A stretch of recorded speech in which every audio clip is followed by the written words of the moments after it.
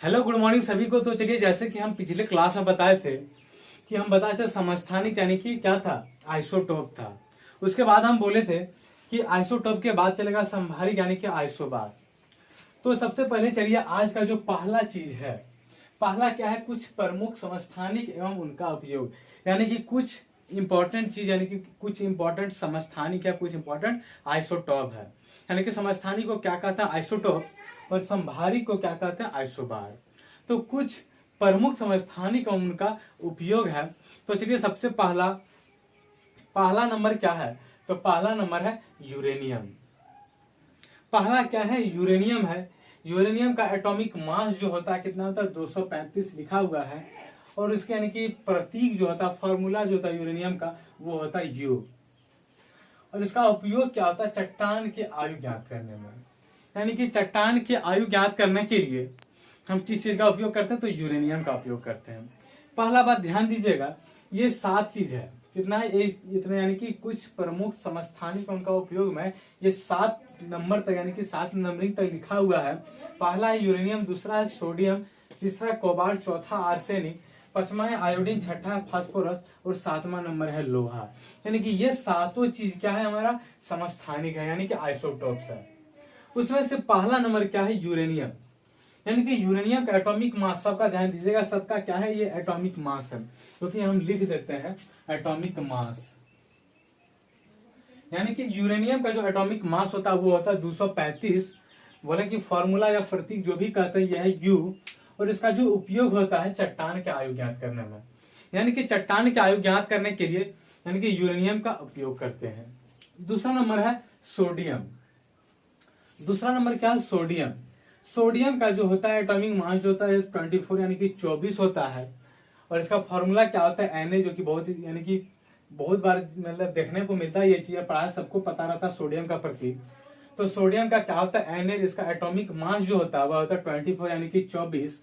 और इसका उपयोग क्या होता है, रक्त को यानी कि रक्त के थक्का का पता लगाने में। यानी कि रक्त के थक्का का पता लगाने के लिए सोडियम का उपयोग किया जाता है।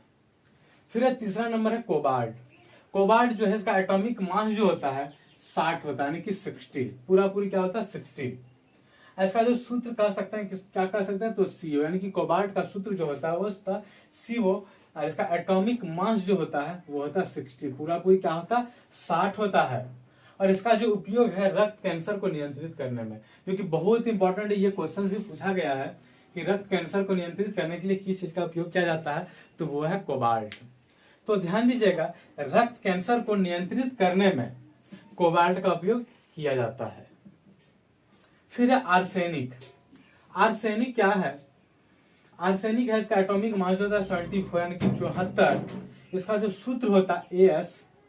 और इसका उपयोग जो होता है ट्यूमर का पता लगाने में। यानी कि आर्सेनिक धातु का जो भी है, आर्सेनिक का यानी कि एटॉमिक मास होता है 74, 74। और इसका यानी कि उपयोग क्या है, ट्यूमर का पता लगाने में। ध्यान दीजिएगा, यानी कि जब हम फिजिक्स पढ़ा रहे थे उस टाइम हम बता रहे थे कि ट्यूमर का पता लगाने के लिए एक और चीज का उपयोग किया जाता है, वो है प्रासरव ध्वनि। यानी कि जिस टाइम ध्वनि चैप्टर चल रहा था उस टाइम हम बताए थे प्रासरव ध्वनि का उपयोग। तो ट्यूमर का पता लगाने के लिए आर्सेनिक का भी उपयोग होता है और क्या कहते हैं, प्रासरव ध्वनि का भी उपयोग होता है। तो ध्यान दीजिएगा, कुछ कुछ पीछे का चीज भी अगर मिलता है तो हम रिविजन करा देते हैं, तो ध्यान में रखना है। यानी कि ट्यूमर पता लगाने के लिए एक और कौन सा चीज है, तो प्रासरव ध्वनि। और ये है आर्सेनिक। आर्सेनिक का एटॉमिक मास होता है 74। इनका उपयोग क्या है, ट्यूमर का पता लगाने में। फिर 5वां नंबर आयोडीन। आयोडीन का जो एटॉमिक मास होता है 131, क्या है 131। यानी कि आयोडीन का एटॉमिक मास जो होता है वह होता है 131। सूत्र क्या होता है, सिर्फ कैपिटल I। सूत्र क्या होता है, सिर्फ कैपिटल I। और इसका उपयोग क्या है, थायराइड ग्रंथि।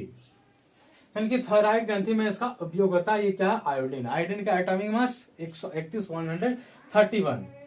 छठा नंबर आता है, छठा नंबर क्या है, फास्फोरस। फास्फोरस का एटॉमिक मास जो होता है 32 यानी कि 32। इसका सूत्र कह सकते हैं कैपिटल F। और इसका जो उपयोग होता है ल्यूकीमिया के उपचार में। क्या है, ल्यूकीमिया के उपचार में इसका उपयोग होता है किसका, तो फास्फोरस का। यानी कि इसका एटॉमिक मास कितना होता है, तो 32। उसका सूत्र कैपिटल F ध्यान रखना है। 7वां नंबर है लोहा। लोहा का जो एटॉमिक मास होता है 59 होता है। क्या होता है? 59। इसका सूत्र कह सकते हैं Fe। और इसका जो उपयोग होता है अरक्ता का रोग पता लगाने में। क्या है? अरक्ता का रोग पता लगाने में किस चीज का उपयोग किया जाता है? तो वह है लोहा। यानी कि इसका एटॉमिक मास कितना होता है? तो 59 यानी कि 59 होता है। सूत्र कह सकते हैं Fe। ध्यान दीजिएगा ये 7 चीज यानी कि कुछ प्रमुख समस्थानिक और उनका उपयोग में ये 7 चीज क्या है? ये सातों आपका आइसोटोप है।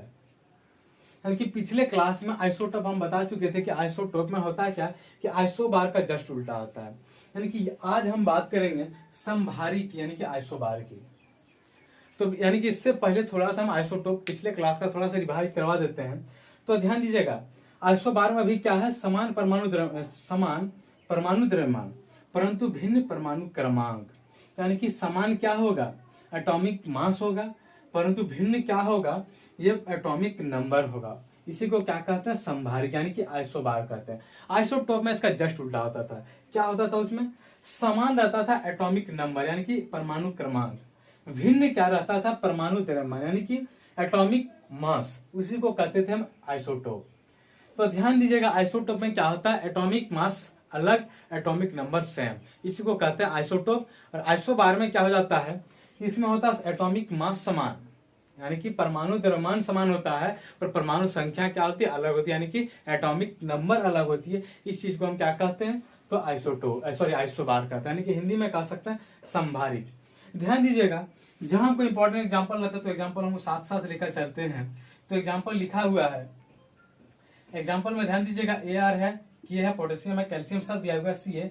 यानी कि ध्यान दीजिएगा ये चीज इसमें क्या होता है? अलग अलग होता है। यानी कि इसी को क्या कहते हैं? एटॉमिक नंबर कहते हैं। यानी कि एटॉमिक नंबर क्या है? तीनों में देखिए अलग अलग है। तो यानी कि जहां एटॉमिक नंबर अलग मिले वो कहलाता आइसोबार यानी कि समभारिक। और जहां उसमें क्या होता था यानी कि जैसे ले लेते थे हाइड्रोजन, यहाँ रहता था 1, यहाँ रहता 2, तो ये चीज क्या होता था? ये समान चलता था तो वो कहलाता था आइसोटोप। तो ध्यान में रखना है, एग्जाम्पल साथ ही साथ हम लेकर आए हैं तो ध्यान में एग्जाम्पल को भी देखकर कर सकते हैं। यानी कि ये यानी कि एटॉमिक नंबर देखिए भिन्न भिन्न है, इसी को कहते हैं आइसोबार। और ये क्या है? परमाणु द्रव्यमान यानी कि एटॉमिक मास समान, ये भी 40, ये भी 40, ये भी 40, तो ये क्या कहलाता है? आइसोबार कहलाता है। फिर बात करते हैं सब न्यूट्रॉनिक यानी कि आइसोटोन। क्या है? सम न्यूट्रॉनिक, इसी को इंग्लिश में क्या कहते हैं? आइसोटोन कहते हैं। तो ध्यान दीजिए लिखा है जिन परमाणुओं में न्यूट्रॉनों की संख्या क्या हो? न्यूट्रॉनिक की संख्या समान हो, न्यूट्रॉनिक की संख्या क्या हो? समान हो, उन्हें क्या कहते हैं? उन्हें आइसोटोन कहते हैं। क्या है? सम न्यूट्रॉनिक यानी कि आइसोटोन। जिन परमाणुओं में न्यूट्रॉनों की संख्या समान हो उन्हें क्या कहते हैं? आइसोटोन कहते हैं। फिर है सम इलेक्ट्रॉनिक यानी कि आइसो इलेक्ट्रॉनिक। सम न्यूट्रॉनिक को क्या कहते हैं? आइसोटोन। और सम इलेक्ट्रॉनिक को क्या कहते हैं? Iso electronic. जिन आयनों और परमाणुओं के क्या है? जिन आयनों और परमाणुओं के इलेक्ट्रॉनिक विन्यास क्या हो? समान होते हैं, उन्हें आइसो इलेक्ट्रॉनिक कहते हैं या फिर सम इलेक्ट्रॉनिक कहते हैं। क्या है? सम इलेक्ट्रॉनिक, आइसो इलेक्ट्रॉनिक। जिन आयनों और परमाणुओं के क्या हो? इलेक्ट्रॉनिक विन्यास क्या हो? समान हो, उन्हें क्या कहते हैं? इलेक्ट्रॉनिक कहते हैं। उसके बाद ये चैप्टर समाप्त होने के बाद नेक्स्ट चैप्टर स्टार्ट किया वो है गैसों का आयतन, गैसों का आचरण, यानी कि गैसों का कैरेक्टर कह सकते हैं। यानी कि गैसों का आचरण क्या है? नेक्स्ट चैप्टर क्या आता है? गैसों का आचरण। तो ध्यान दीजिएगा कुछ हम रूल लाए हैं, इस पर रूल पर यानी कि डायरेक्ट तो रूल पूछेगा नहीं, लेकिन रूल के अंदर कुछ पॉइंट्स है वो चीज आपका पूछ सकता है। तो इसलिए हम इस रूल को लिख कर लाए हैं। तो ध्यान दीजिएगा डायरेक्ट ये डेफिनेशन आपका नहीं पूछेगा, लेकिन इसके अंदर का जो चीज है यानी कि कह सकता है जो रूल के अंदर है ये चीज आपका पूछ सकता है। ध्यान दीजिएगा बॉयल का नियम, चार्ल्स का नियम यानी कि बॉयल्स लॉ, चार्ल्स लॉ, ये सब लॉ क्या है? इंपॉर्टेंट है, लेकिन डायरेक्ट लॉ पूछेगा नहीं, लेकिन इसके अंदर का जो इंपॉर्टेंट चीज है वो पूछेगा। तो ध्यान दीजिएगा बॉयल का नियम, पहला क्या? स्थिर ताप पर। पहला बात क्या कर रहा है? स्थिर ताप पर गैस की नियत मात्रा का आयतन उसके दाब के क्या है? दाब का व्युत्क्रमानुपाती होता है, यानी कि उल्टा होता है, समानुपाती नहीं होता। क्या होता है? व्युत्क्रमानुपाती होता है। ये पूछ सकता है बॉयल के नियम में क्या होता है, यानी कि पूछ देगा उनके दाब का क्या होता है? समानुपाती होता है, व्युत्क्रमानुपाती होता है, जो भी होता है। तो आप ध्यान में रखना है स्थिर ताप पर यानी कि फिक्स टेम्परेचर पर गैस की नियत मात्रा का आयतन क्या होता है, उसके दाब का व्युत्क्रमानुपाती होता है, यानी कि उसका उल्टा होता है। फिर है चार्ल्स का नियम, यानी कि चार्ल्स लॉ।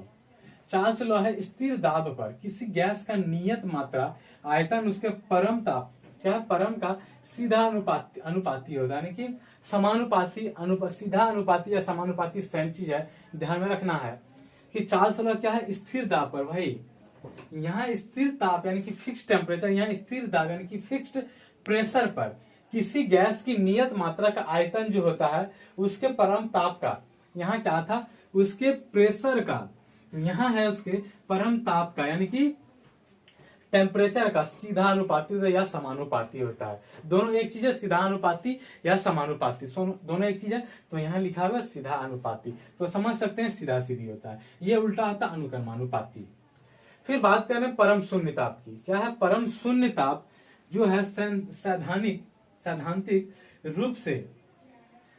रूप से क्या है, न्यूनतम संभव तापमान -200 डिग्री सेल्सियस। केल्विन में कह सकते हैं, ये ओके नहीं लिखा है, ध्यान दीजिएगा, ये 0 केल्विन, क्या है 0 केल्विन को परम शून्य ताप कहते हैं। परम शून्य ताप क्या है कि रूप से न्यूनतम संभव तापमान -273 डिग्री सेल्सियस, कितना है -273 डिग्री सेल्सियस, या फिर कह सकते हैं 0 केल्विन।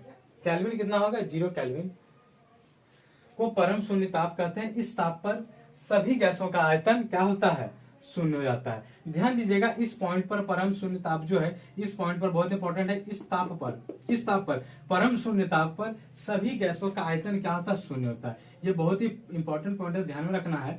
इस ताप पर तो कौन सा ताप, परम शून्य ताप पर, यानी कि परम शून्य ताप पर सभी गैसों का आयतन क्या होता है, शून्य होता है। तो ये बहुत इंपॉर्टेंट पॉइंट है लास्ट का, तो ध्यान दीजिएगा। फिर मिलेंगे नेक्स्ट क्लास में, यानी कि गैसों का आचरण, यही चैप्टर चलता रहेगा। तो तब तक के लिए थैंक यू।